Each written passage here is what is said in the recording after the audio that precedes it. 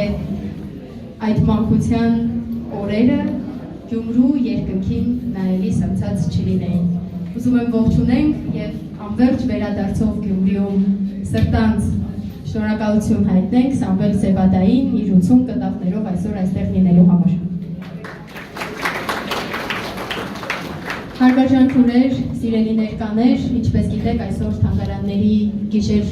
համաեվրոպական միջոցառումն է, որին իր ծավալուն ծրագրով միացել է նաև Գյումրին,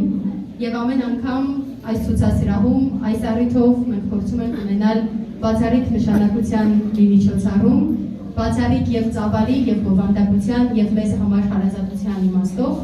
և շատ ուրախ եմ, որ այսօր այդ միջոցառումը Սամվել Սևադայի անհատական ցուցահանդեսի բացումն է։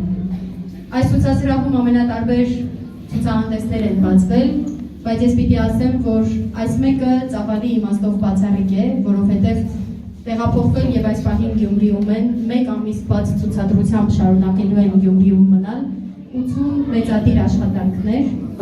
մեզ համար մեծ պատիվ է և ուզում եմ հատուկ շնորհակալություն հայտնել այս գործի չարչարանքը կրող բոլոր մարդկանց, Գումարի պատմամշակութային արգելոց թանգարանի տնօրինությանը, իմ բոլոր ընկերներին և իհարկե հեղինակին։ Ուզում եմ նաև ասել, որ մեզ համար առանցքային նշանակություն ունի գյումրեցի արվեստագետների վերադարձը հայրենի քաղաք և նրանց հայրենի քաղաքում ներկայացնելու հանգամանքը։